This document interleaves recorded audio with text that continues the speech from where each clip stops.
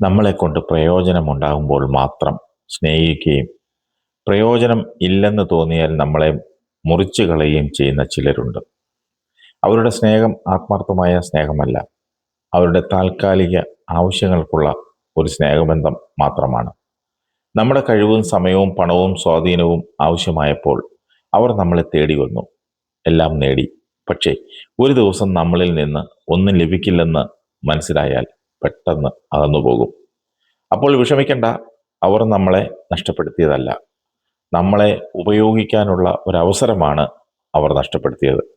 യഥാർത്ഥ സ്നേഹം എന്നത് നമ്മളിൽ നിന്ന് എന്ത് കിട്ടുമെന്ന് പ്രതീക്ഷിക്കുന്നതല്ല, നമുക്ക് ഒന്നും നൽകാൻ കഴിയാത്ത സമയത്തും നമ്മളെ ചേർത്ത് പിടിക്കുന്നതാണ് യഥാർത്ഥ സ്നേഹം. അതുകൊണ്ട് നിങ്ങളെ ആവശ്യത്തിനനുസരിച്ച് മാത്രം സ്നേഹിക്കുന്നവരുടെ പിന്നാലെ ഓടരുത്. നിങ്ങളുടെ വില മറ്റൊരാളുടെ ആവശ്യത്തിനനുസരിച്ച് മാറുന്നതല്ല.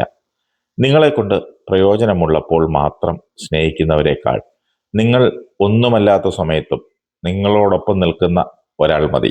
കാരണം യഥാർത്ഥ സ്നേഹം പ്രയോജനം നോക്കിയല്ല, ബന്ധത്തിൻ്റെ വില നോക്കിയാണ്.